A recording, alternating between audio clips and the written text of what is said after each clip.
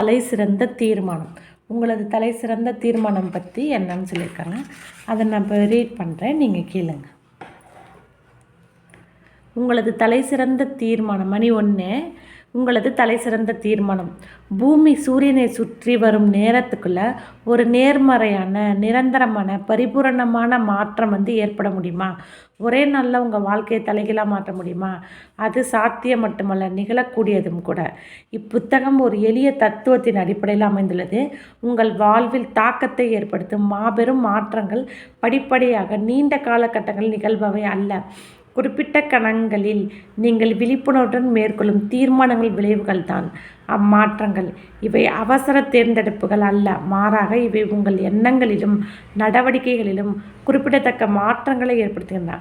ஆழ்ந்த தீர்மானங்கள்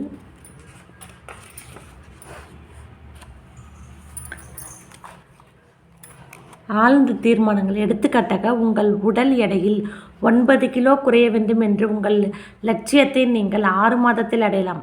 ஆனால் அந்த லட்சியத்திற்கு உங்களை முழுவதுமாக அர்ப்பணித்து கொண்ட அந்த குறிப்பிட்ட நேரத்தில் நீங்கள் முன்னதாகவே அப்போராட்டத்தில் வெற்றி பெற்றுவிட்டீர்கள்.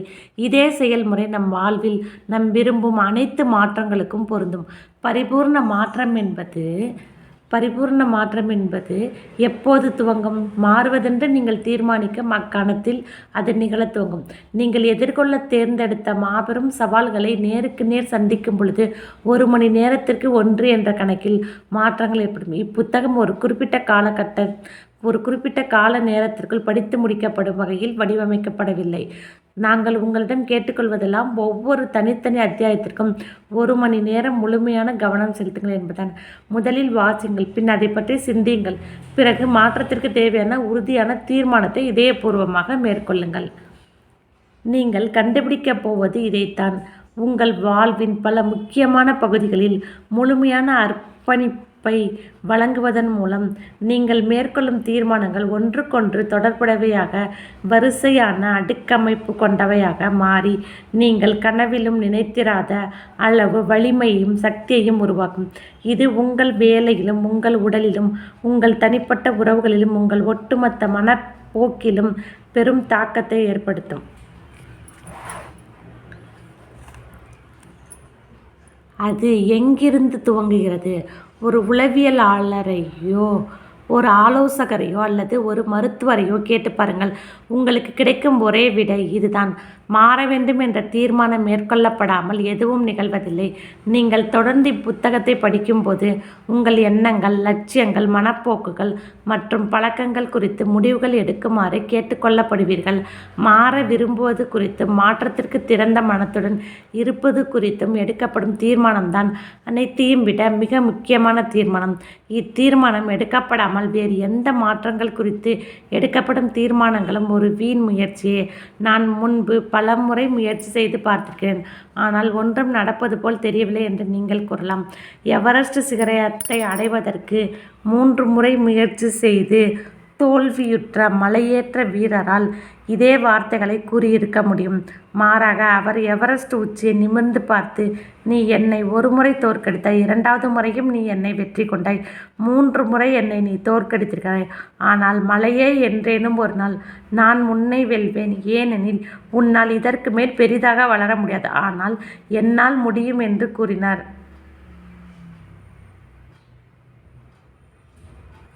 நீங்கள் அறிந்திருக்கிறீர்களோ இல்லையோ, உங்கள் சொந்த உடல் உட்பட அனைத்தும் ஒரு நிரந்தரமான மாற்ற நிலையிலேயே உள்ளன. மீண்டும் அதே மலையில்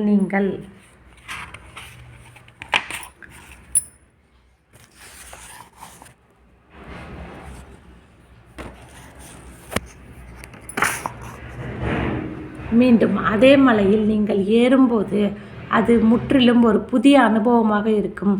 பண்டைய கிரேக்க தத்துவவியலாளர் ஹெரடேட்டஸ் இவ்வாறு கூறினார்: ஒரே ஆற்றுக்குள் உங்களால் 2 முறை காலெடுத்து வைக்க முடியாது, ஏனெனில் ஆற்றில் ஓடும் தண்ணீர் தொடர்ந்து அந்த ஆற்றை புதுப்பித்து கொண்டிருக்கிறது.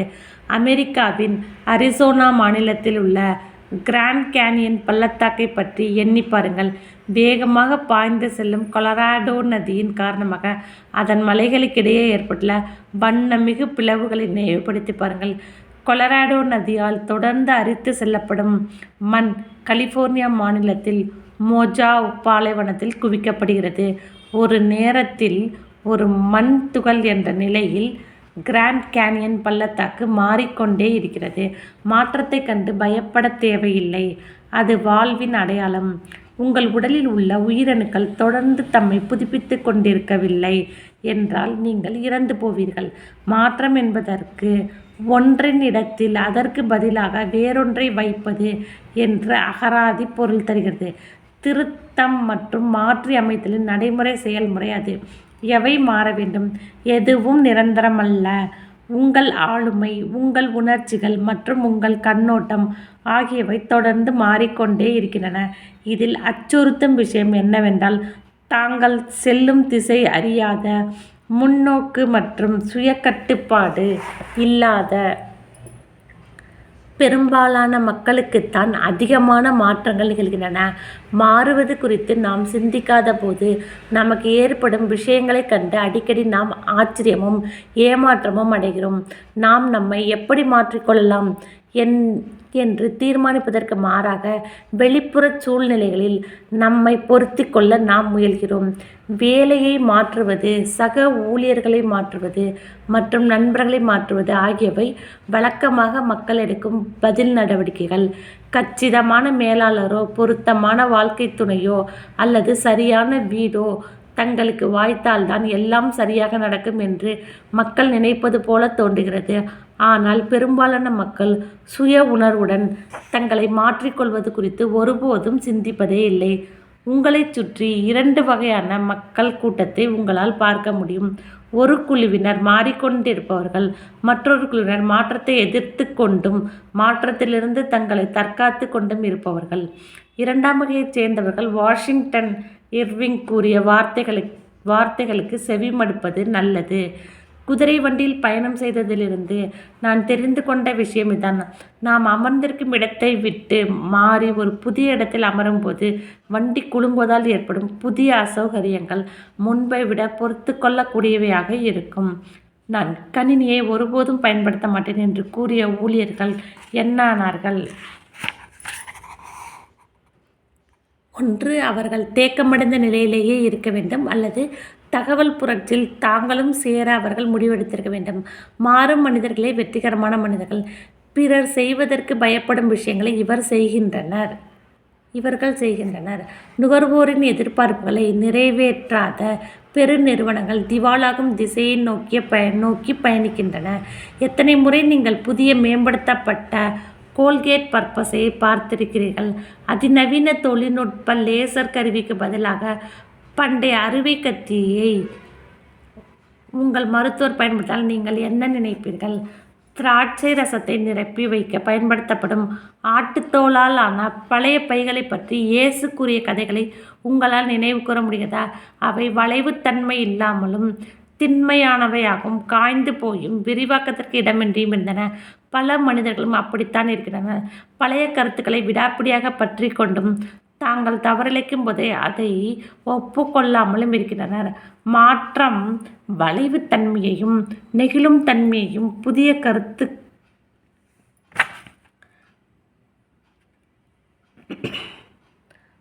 கருத்துக்களாக பழைய கருத்துக்களை பரிமாற்றம் செய்து கொள்வதற்கான விருப்பத்தையும் எதிர்பார்க்கிறது. இன்றிலிருந்து 10 வருடங்களுக்கு பிறகு உங்கள் வாழ்க்கை இப்போது இருப்பதைப் போலவே இருக்கும் என்று நான் கூறினால் உங்களுக்கு எப்படி இருக்கும்?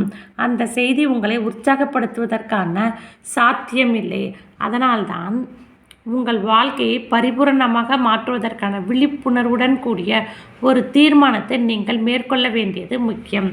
அதை தாமதப்படுத்துவதில் அர்த்தமில்லை. அச்செயல்முறை உடனடியாக துவங்கப்பட வேண்டும். தீர்மானங்களை எடுப்பதன் மூலம்தான் நாம் தீர்மானங்களை எடுக்க கற்றுக்கொள்கிறோம் என்று கூறுகிறது ஒரு பழமொழி. மாறுவதென்று நீங்கள் தீர்மானிக்கும் போது நீங்கள் தெரிந்து கொள்ள வேண்டிய 4 இன்றியமையாத விஷயங்கள் இப்போது பார்க்கலாம். ஒரு தீர்மானம் அது தவறானதாகவே இருந்தாலும் கூட நேர்மறையான துவக்கம் மற்றும் முன்னேற்றத்திற்கான ஒரு அறிகுறி. ஒரு செயலை எப்படி செய்ய வேண்டும் என்பது குறித்து விளக்கங்கள் முதலில் அச்செயலை துவங்குவதற்கான முடிவு மேற்கொள்ளப்பட்ட பிறகே வருகின்றன. அந்த முடிவே அச்செயலை செய்வதற்கான உத்தியை தீர்மானிக்க தேவையான படைப்புத் திறனையும் ஆற்றலையும் விடுவிக்கிறது. இருந்தாலும் பெரும்பாலான மக்கள் தீர்மானம் மேற்கொள்ளும் நிலையை தாண்டி ஒருபோதும் செல்வதில்லை. அச்செயலை எப்படி செய்ய வேண்டும் என்பது அவர்களுக்கு தெரிந்தாக வேண்டும். பலர் விரிவான திட்டங்களை கூட வகுப்பார்கள், ஆனால் அதற்கு தங்களை அர்ப்பணித்துக் கொண்டிருக்க மாட்டார்கள். நீண்ட காலமாக தொடங்கும் தீர்மானமின்மையானது சந்தேகம் மற்றும் பயம் அடங்கிய ஒரு சுழற்சியை தோற்றுவித்து உங்களை நீங்களே தோற்கடிக்க செய்துவிடும். ஒரு தவறில் உள்ள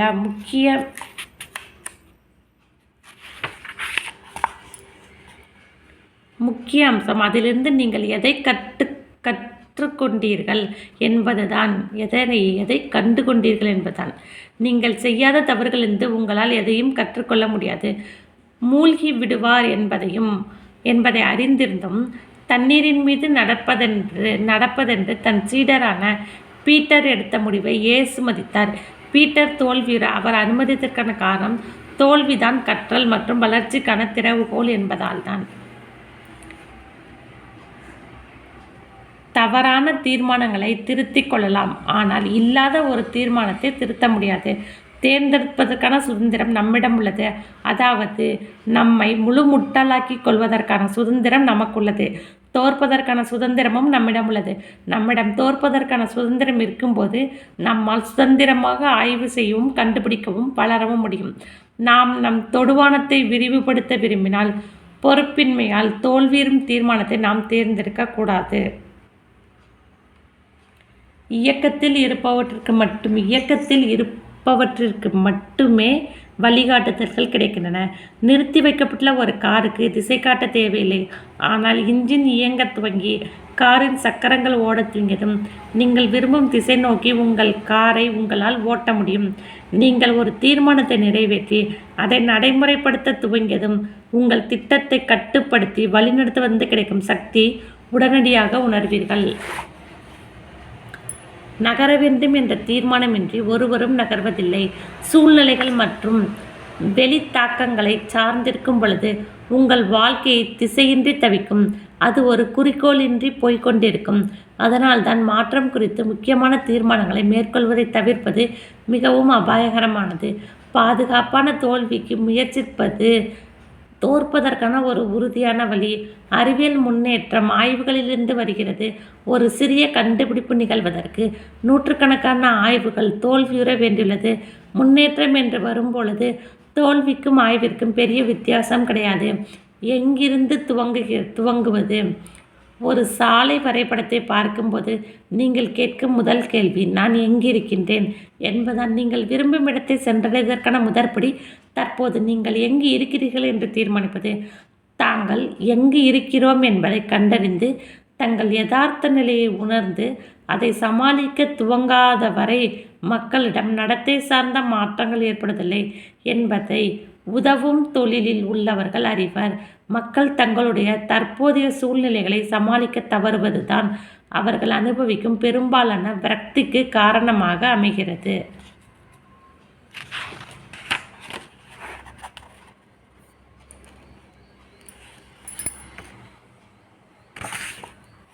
மாறுதல் குறித்து வேறொரு விஷயமும் உள்ளது.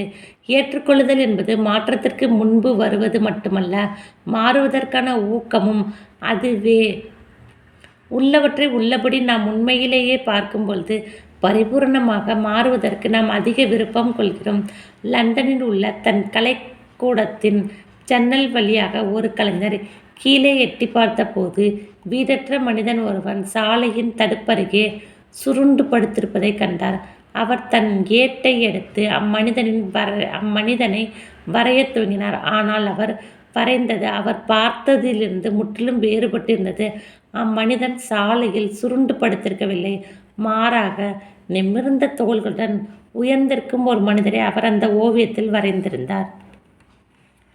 பென்சிலால் அப்படத்தை வரைந்து முடித்தவுடன் அதை எடுத்து கொண்டு வேக வேகமாக கீழே சென்று தெருவில் படுத்து கிடத்த அந்த மனிதர் மீதோ பார், நான் உன் படத்தை வரைந்திருக்கிறேன் என்று கூறினார். அந்த வரி அவனால் தன் கண்களை நம்ப முடியவில்லை. ஒரு பக்கமாக புரண்டு, உங்கள் பார்வைக்கு நான் இப்படியா தோன்றுகிறேன் என்று கேட்டான். ஆமாம், இப்படத்தில் உள்ளது போல்தான் நான் உங்களை பார்க்கிறேன். இதை நீங்கள் வைத்துக் கொள்ளலாம் என்ற அப்படத்தை அவனிடம் கொடுத்துவிட்டார் கூறினார். அவன் எழுந்து நின்று, இப்படித்தான் நீங்கள் என்னை பார்க்கிறீர்கள் என்றால் இனிமேல் நான் அப்படித்தான் இருக்கப் போகிறேன் என்று கூறினான். படத்தை தன் 2 கைகளிலும் பிடித்து கொண்டு நேராக நிமிர்ந்து நின்று, தான் இந்த சாக்கடைக்கு இனி ஒருபோதும் திரும்பி வரப்போவதில்லை என்று கூறினான். நாம் அனைவரும் நாம் மேற்கொள்ளும் தேர்ந்தெடுப்பின் விளைவுகள்தான். விளைவு நமக்கு பிடிக்கவில்லை என்றால் நம்மிடம் இயல்பாகவே இருக்கும் விருப்பத் தேர்வு செய்யும் திறனை கொண்டு நம்மை மறுவடிவமைப்பு செய்து கொள்ளலாம். எனக்கு இப்படியெல்லாம் ஏற்பட்டிருக்கவில்லை என்றால் விஷயம் வேறு விதமாக இருந்திருக்கும் என்று மக்கள் அடிக்கடி கூறுகின்றனர். தங்கள் பிரச்சனைகளுக்கு அவர்கள் மற்றவர்கள் மீதும் வெளி சூழல்கள் மீதும் குறை கூறுகின்றனர். நாம் பலியானவர்கள் என்று கண்ணோட்டத்தில் நம்மை பார்க்கும் வரை மாறுவதற்கான சக்தி நம்மிடம் ஒருபோதும் இருக்காது. தங்களை பலியானவர்களாக கருதும் மக்கள் தங்களது அறிவாற்றல் தங்கள் சொந்த வாழ்வை இயக்குவதை தடை செய்கின்றனர். கீழே படுத்து அதிலேயே உழன்று கொண்டிருந்தீர்கள் என்றால் 6 அங்குல மண் கூட உங்களை மூழ்கடித்துவிடும் என்று ஒரு கூற்று உண்டு. எண்ணங்கள், நடவடிக்கைகள் மற்றும் சுற்றுச்சூழல்கள் ஆகிய ஒன்றுக்கொன்று தொடர்புடைய 3 காரணிகள் மூலம் தங்கள் சொந்த வாழ்வை இயக்க முடிவு ஒவ்வொரு தனி மனிதனும் எடுக்கக்கூடிய ஒன்று என்று சமூக அறிவாற்றல் கோட்பாட்டை உருவாக்கிய ஆல்பர்ட் பண்டூரா கூறுகிறார். வெளிப்புற சூழ்நிலைகள் நம் முடிவுகளின் மீது தாக்கத்தை மட்டுமே ஏற்படுத்துகின்றன. இறுதி பொறுப்பு நம் உள் இயக்கத்தை சார்ந்தது. தகவல்களை நாம் எண்ணங்களாக மாற்றும் விதம்தான் நம் நடவடிக்கைகளை தீர்மானிக்கின்றன. அறிவு எண்ணத்திற்கு முன்பாக வருகிறது. ஒன்றை குறித்து நம் எண்ணம்தான் நம் நடவடிக்கைகளை தூண்டுகிறது. முதலில் செய்ய வேண்டியவற்றை முதலில் செய்ய வேண்டும். இப்புத்தகத்தில் இனிவரும் அத்தியாயங்களில் உங்கள் வாழ்வில் மிக அதிகம் கவனம் செலுத்தப்படும் பகுதிகளில் திட்டவட்டமான நீண்டகால மாற்றங்களை செய்யுமாறு நீங்கள் கேட்டுக்கொள்ளப்படுவீர்கள். இருந்தாலும் அதற்கு முன் பிற அனைத்து தீர்மானங்களும் அடிப்படையான ஒரு மாபெரும் தீர்மானத்தை நீங்கள் எடுத்துக்கொள்ள வேண்டும். ஆம், நான் மாற விரும்புகிறேன் என்று நீங்கள் கூற வேண்டிய நேரம் வரும். இக்கணத்தில் இந்த அத்தியாயத்தை நிறைவு செய்கையில் உங்கள் எண்ணங்களுடன் தனிமையில் இருப்பதற்கு ஒரு ஏற்ற இடத்தை கண்டுபிடிங்கள். அது உங்கள் வீட்டில் உள்ள ஒரு தனிப்பட்ட இடமாக இருக்கலாம், அல்லது காலார நடக்கும்போது கிடைக்கும் அமைதியான தனிமையாக இருக்கலாம். உங்களிடம் கேட்டுக்கொள்ளப்படுவதை குறித்து நீங்கள் எண்ணி பார்க்கையில் நீங்கள் எங்கு இருக்கிறீர்கள், எங்கு சென்றடைய விரும்புகிறீர்கள் என்ற கணக்கெடுப்பை மேற்கொள்ளுங்கள். நீங்கள் இருக்கும் இடத்திலிருந்து நீங்கள் விரும்பும் இடத்தை மிக குறைந்த நேரத்தில் சென்றடைவதற்கான வழி மாறுவதற்கான விருப்பம் என்று குறிப்பிடப்பட்டுள்ள நெடுஞ்சாலை இது இடர்மிக்கதாக இருக்குமா? இருக்கலாம். அங்கு தோல்விகள் இருக்குமா? கண்டிப்பாக இருக்கும். உங்கள் நோக்கங்களை கண்டு மக்கள் எள்ளி நகையாடுவார்களா? அப்படியும் நிகழலாம். உங்களுடைய வளர்ச்சி நிலையில் இல்லாதவுடன் உங்கள் நோக்கங்களை பகிர்ந்து கொள்ளும்போது நீங்கள் நகைப்புக்கு ஆளாகக்கூடும். ஆனால் துணிகர செயல் எப்போதும் அழிவுக்கு இட்டு செல்ல வேண்டும் என்ற கட்டாயமில்லை என்பதையும், தோல்வி உயிர் சேதத்தை ஏற்படுத்தாது என்பதையும் நினைவில் வைத்திருங்கள். திசை காட்டும் கருவி நீங்கள் சென்றடைய விரும்பும் இடத்தை தொடர்ந்து காட்டிக்கொண்டிருக்கும் பட்சத்தில் தவறான பலிகளில் சென்றாலும் மீண்டு வந்துவிடலாம். இலக்கை மனசாட்சியாக படைக்கக்கூடிய நம் திறன் எதிர்கால நடவடிக்கைகளுக்கு உருக்கொடுக்கும் ஒரு சக்தியாக மாறுகிறது என்று ஆல்பர்ட் பண்டூரா கூறுகிறார். மாறுவது குறித்து உறுதியான ஒரு தீர்மானம் நீங்கள் இதுவரை உபயோகித்திராத திறன்கள் அனைத்தையும் முழு வீச்சில் பயன்படுத்த வழிவகுக்கும். தீர்மானம் எக்கணத்தில் நிகழும் என்பதை யாரும் உங்களுக்கு கூற தேவையில்லை. அதை நீங்களே அறிந்து கொள்வீர்கள். நான் செய்வேன் என்ற வார்த்தைகளை நீங்கள் கூற வேண்டியது கூட இல்லை. அவ்வார்த்தைகள் உங்கள் உள்ளத்திலிருந்து எதிரொலிப்பதை நீங்கள் உணர்வீர்கள். உங்கள் மனத்தையும் உங்கள் இதயத்தையும் உச்சியிலிருந்து உள்ளங்கால் வரை ஒவ்வொரு இலையையும் அது விழிப்புணர்வு பெறச் செய்யும். அத்தகைய மாற்றத்திற்கு நீங்கள் தயாராக இருக்கிறீர்களா? அந்த தீர்மானம் நிச்சயமாக முழுக்க உங்களுடையது தான். இப்போ 1 மணி நேரத்துக்கு உள்ளானது முடிச்சிருக்கோம். நீங்கள் இதை ரியலைஸ் பண்ணி பாருங்கள். உங்கள் வாழ்க்கையில் அதையும் 1 ஹவர் டைம் எடுத்துக்கோங்க. இதில் என்ன நம்ம பண்ணியிருக்கோம், என்ன பண்ணணும் அப்படின்றதையும் யோசிங்க. அடுத்த 1 மணி நேரத்துக்கான வீடியோவை அடுத்த வீடியோவில் நம்ம பார்ப்போம். Thank you friends.